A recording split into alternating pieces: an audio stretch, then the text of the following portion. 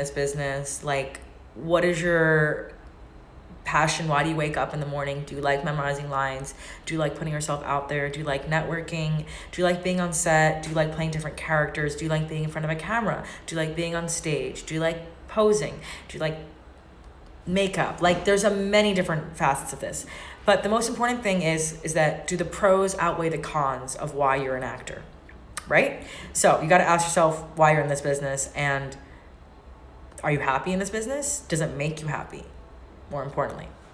So then I want you to ask yourself if you're okay with hearing no way more than hearing yes, because you're going to be hearing a lot of no's more than yeses, and that's just the reality of it. And there's nothing wrong with that. That doesn't mean you're bad. That doesn't mean you're stupid. That doesn't mean you know what you're doing. It just means that it's normal to hear a lot of no's instead of yeses, because it is competitive and it is a numbers game. I don't know if you heard that expression, but like, you know, for every however many auditions, you're going to get one yes. You know, you can make a joke or a ratio. I mean, I don't think this is really accurate. I don't think it's good to look at your numbers like that. But if you want to say, oh, I went to 100 auditions and I heard one yes, like, okay, maybe, sure. And that could be the reality. I don't know. But I have some tips for you guys about how to handle rejection. Number one, I'm going to tell you the list now, and then I'm going to go through them. Okay, number one, plan something for after your audition. Number two, look at the auditions as your career, like they're for your career, not necessarily the role. Number three, no, it's not personal. Very important. Number four, understand it's a numbers game, which I just said. And number five, take care of yourself and do things you love and enjoy.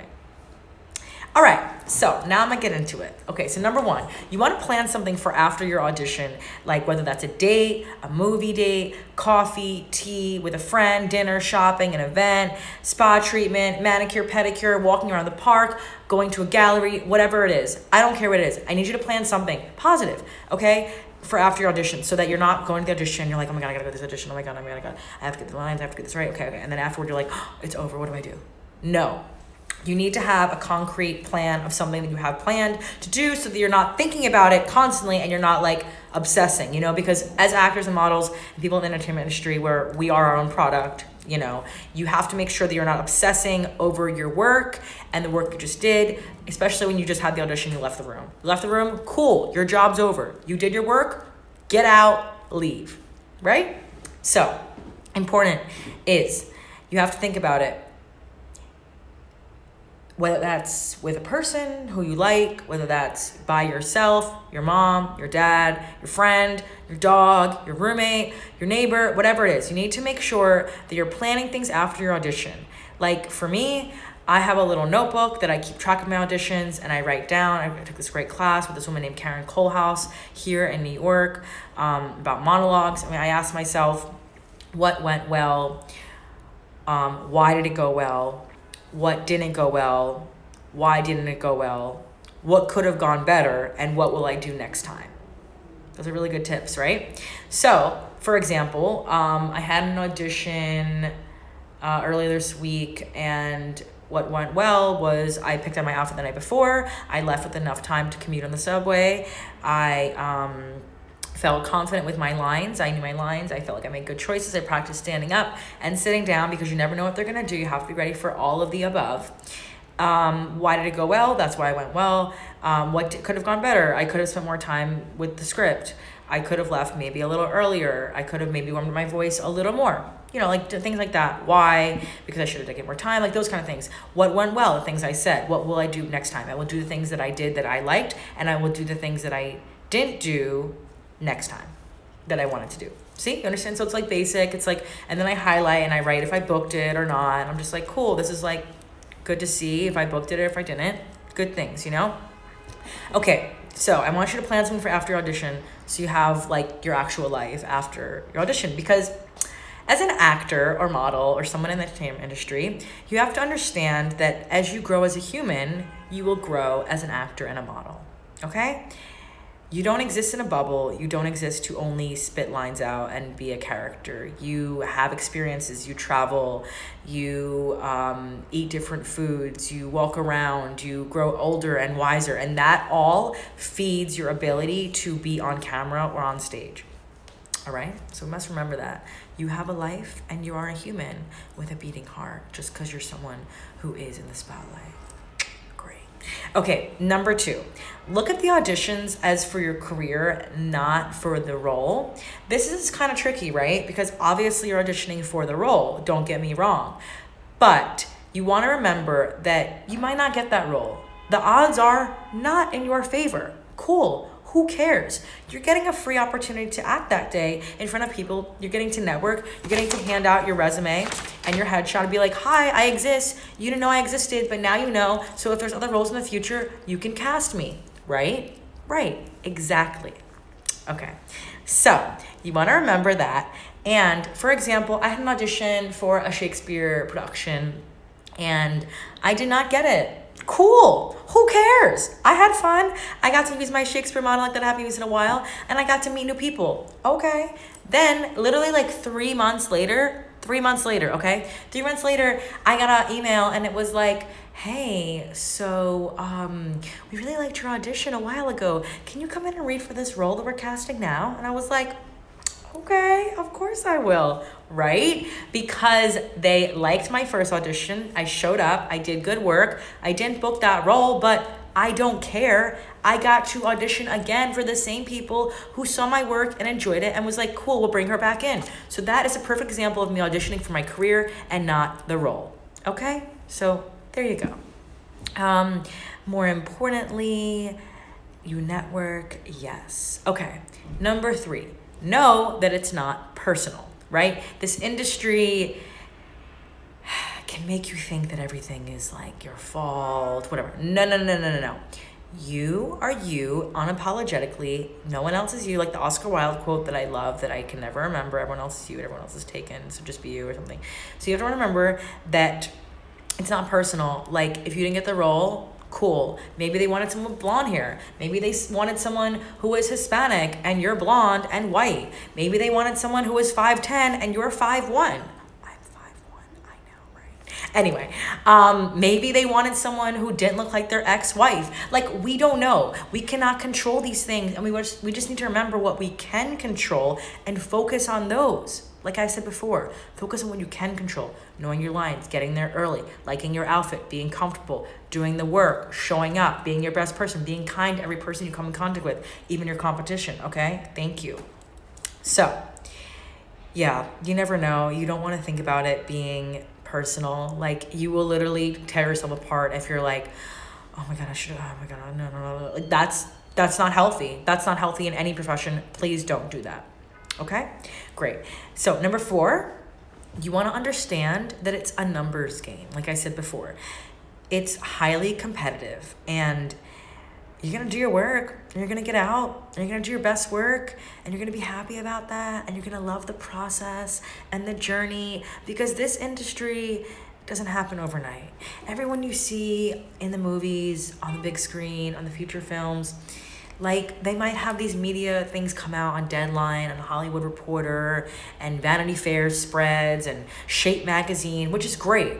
And they're going to be like, the media is going to frame it so that they were like acting for a year and just out of school, or maybe they were acting for like 2 years, or, you know, they were like walking to the street and someone was like, oh my God, I want you in my Steven Spielberg movie. Like, that doesn't really happen. So let's remember that, okay? You want to remember that you're not seeing the journey of what goes on to get to where people are. And you have to understand that you want to enjoy the journey and the process as much as you enjoy the end product. As much as you like that self-tape that you recorded, or the audition, or that time you did your monologue really well, you want to think about the little moments that led up to that. You know, like the times that you've been grinding, the times you've been memorizing your lines, the times that you've been staying up to do this, or sacrificing not going out with your friends on a Friday night because you might have a shoot Saturday morning, like whatever it is. You want to remember those times and remember the process and the little times where you grow and you're like, oh, I can make this choice. Oh, I can do this here. Oh, maybe I'll say it like this. Or, you know, all those things are just as important as the final film or whatever medium it is, or the photo. You know what I mean? So you want to remember that. I think there's like a quote. It's like, the climb is important. You know, you guys gotta give me some quotes here. I have these quotes in my head, but I need you to like spit them to me, whatever. Okay, so number 5, I think this is like my 2020 goalness one coming at you. It's take care of yourself, okay? And do things that you actually enjoy doing. Like, For example, I started meditating in November and it's really changed my life. I'm really a fan of it. I started a gratitude journal a month ago where I write down every night before I go to bed things that I am grateful for, whether that's literally my food that I ate, whether it's the MTA, believe it or not. Crazy. I know. I was like, thank you, MTA, for making sure I got here on time. But, you got to be grateful. I thanked water, clean drinking water, being able to have a working mind and body.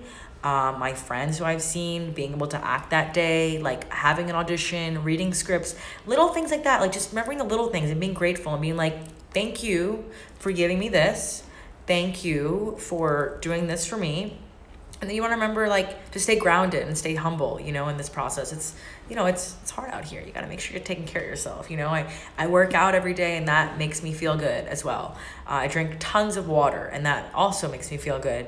I try to see my friends as much as I can. And I love going to museums and galleries and parks and going to try different food. And I love going dancing and I love rooftops. So these are things that make me happy and give me joy that actually have nothing to do with my acting, right?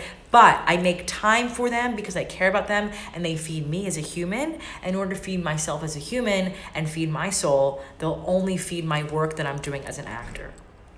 You know what I mean? So if for you really love to crochet, like that makes you really happy and you love creating little things, like that's awesome. And you should crochet because when you crochet, you probably feel like at ease and you're peaceful and you're happy and you're productive and you're creative. And like, maybe you need to crochet 5 minutes before you do an audition or memorize lines or get your mind right. And like, that's great. Like for me, I noticed like when I meditate before I need to memorize lines, like I'm so much there, I'm so much more present. And like, I just can do it so much more quickly and efficiently. And it's awesome. So do the things that make you happy. Like get a dog, like go outside in nature. I just read this book called The 3-Day Effect about how being in nature in 3 days is like really healthy for you. I mean, obviously, why would it not be? And living in a city, it's hard out here to get nature. But, we have parks, we have water, we have city bike. I love biking, The little things that make you happy, they'll only make your acting and modeling and entertainment career better. Because when you're a better person, you're a better actor and model and personality and all of the above. So I think that's really important. Also, your heart needs to be in this. Not 100%, not 500%, but infinity %, okay? Now I say that because, as I said before, this industry is a long-winded journey, process-oriented industry. You could be in the industry 10 years, 5 years, 2 years, 1 year, a month, 6 months, 20 years, 30 years, whatever it is. You want to make sure that you're taking care of yourself and you're realizing that rejection is part of life. Rejection is part of the industry. And you're not going to avoid rejection. You're going to have to be like, cool, no, thank you. Cool, yes, thank you. Be as grateful for the no's as much as you are for the yeses, because they're all opportunities, and every single thing that you do will lead to something else. So you want to remember that you're doing things you actually enjoy doing, okay? All right, I got some listener questions. Let me look at them. Hold on. Hello, everyone. How are we? Let's read them.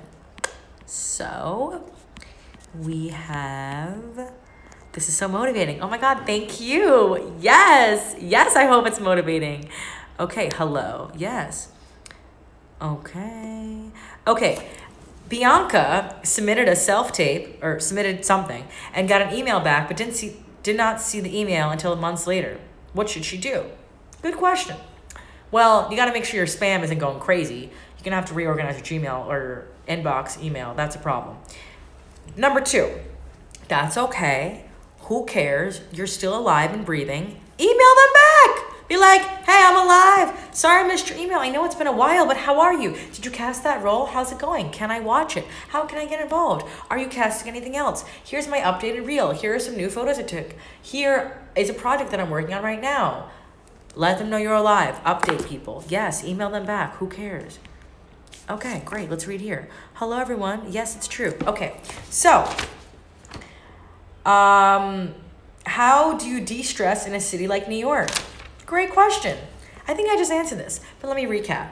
For me, I meditate every day, twice a day, 20 minutes, kind of long, right? Until you actually realize that you need it. I city bike, so I get some fresh air. I have a lamp. I just got a lamp, guys. It's a UV lamp, okay, from Amazon. And I turn it on, and it's got UV rays, not harmful ones from the sun. And I just get a little vitamin D, you know, so that I can feel like I'm in the sun. Because, you know, when it's cloudy out here in New York, you can't get the sun. And when it's raining and when it's dark and like we have long winters, I'm not getting any sun. And sun is healthy and happy. It makes you happy. So I'm getting a little bit of that. So I put that on my desk when I'm like sending emails. I'm like, oh, the sun. It's not the real sun, but whatever. It's better than nothing. Okay, that makes me feel happy and de-stress. Breathing. Oh, I do this breath work. Okay, so I have a little Fitbit, right? And it's a thing called Relax, which is something I need in my life, okay? And I click it. It's 2 minutes. And it'll be like, breathe in and breathe out. And it monitors my heart rate. And I do this thing where I breathe in.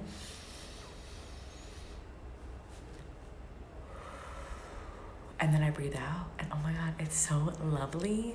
And honestly, you don't need to have a Fitbit to do that. You can do breaths on your own. Mine just is like kind of helpful, reminds me to do it. There's also a great app called Headspace, which I really love. I paid for the year. I'm not even using the membership.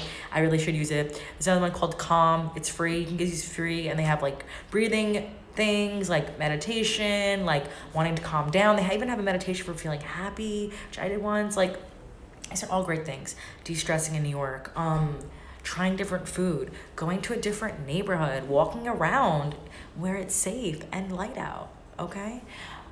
Meeting people, talking to people instead of staying on your phone the whole time and staring at a screen and ruining your eyesight. What? Okay. No, seriously, like talk to people, but don't be like weird about it. Just be like, hey, I like your shirt, or what book are you reading? You know, just like converse. You know, instead of getting delivery and Seamless and Grubhub and all that, go out to eat instead of getting it at your home and sitting in front of a laptop. Okay? It'll be better for you. Go see a cool museum. Go see a new gallery. And okay, you might be like, oh, this is expensive. No, it's not. Every museum and gallery has free days, and I know them all. So if you want to know them, you can DM me, and I can tell you them. Thank you. If you like dogs, but you can't have a dog in your building because they don't allow it. Why? I know, right? Go to a pet store. There's a new pet store that just opened up on Lexington and 61st Street. And I went in and I saw these beautiful puppies on Sunday, and I was like, wow, they're amazing. And it just made me so much happy. You know, it's so nice. So like, there's so many things you can do. De-stressing in New York, exploring different parks, dancing, going out and dancing, you know, I don't know, creating art. There's so many things you can do. And it's not just being in New York, it's being a human and being alive. So like, there you go. All right. So why is there so many no's for a yes? Well, there are so many more people auditioning now than there ever have been because of the digital age we live in. And people are able to submit auditions from their home, and people who are casting are able to watch those auditions from their home, not needing to have a formality of going in person and renting a room and meeting people and seeing the time where they can just be like, and a computer. So it's just the way the age is now. It's because people are wanting to do more acting who normally wouldn't have, maybe people following their dreams, DIY culture, do it yourself, just multiple different things. So it's like a lot of different reasons. Okay, when do you just give up on acting and modeling? You don't. What kind of question is this? You don't. I mean, unless it's not giving you happiness. If you're not happy, then you should stop doing something. If your heart's not in something, you should stop doing something. Unless you're understanding that there's a trade where if waiting tables is going to help you be an actor, maybe you don't like it, but maybe it's going to help you be an actor and it's giving you the flexibility you need. You're going to have a respect for it and be like, cool, this is what's going to help me right now. I'm going to do this. Maybe I'd rather be acting right now, of course, but I'm going to make the best of this. I'm going to meet people. I'm going to be friendly. I'm going to just be happy to be there. You know, there's an expression from this podcast I love that you should all listen to. Shout out, Audrey Helps Actors. It's great. She says, easy to work with and happy to be here. And I was like, love that. So yes, be easy to work with and be happy to be there and be alive. Okay? What age did I start acting? Good question. I mean, I started professionally being an actor when I finished college, I guess you could say. And then I started taking acting classes when I was very little. And I started coming to the city for acting classes when I was like 16 or 15. I don't know. A long time, like my whole life, basically. But yeah. Any more questions you guys have, ask them right now. Oh my God, thank you. Samay, yay Samay. Thank you. Hi, Norris. Okay. Yeah, ballet's wonderful. Yeah, you could do ballet. Yeah, love this. All right, guys, I don't have any more questions to be asked. Remember, the tips are for handling rejection. Plan something for after your audition. Look at auditions for your career, not the role. Know it's not personal. Understand it's a numbers game, and take care of yourself and do things you love and enjoy. Okay? If you have any questions, you guys can DM me. Okay? I'm Sophia Guchinov. I'm alive. I'm here. I'm in New York. I'm gonna tag myself so you can see me. All right. It was great seeing you guys. Thank you for tuning in. I love doing this. And happy 2020. Happy March. Spring is coming. Let's warm up. I love listening to groundhogs. Great. Bye.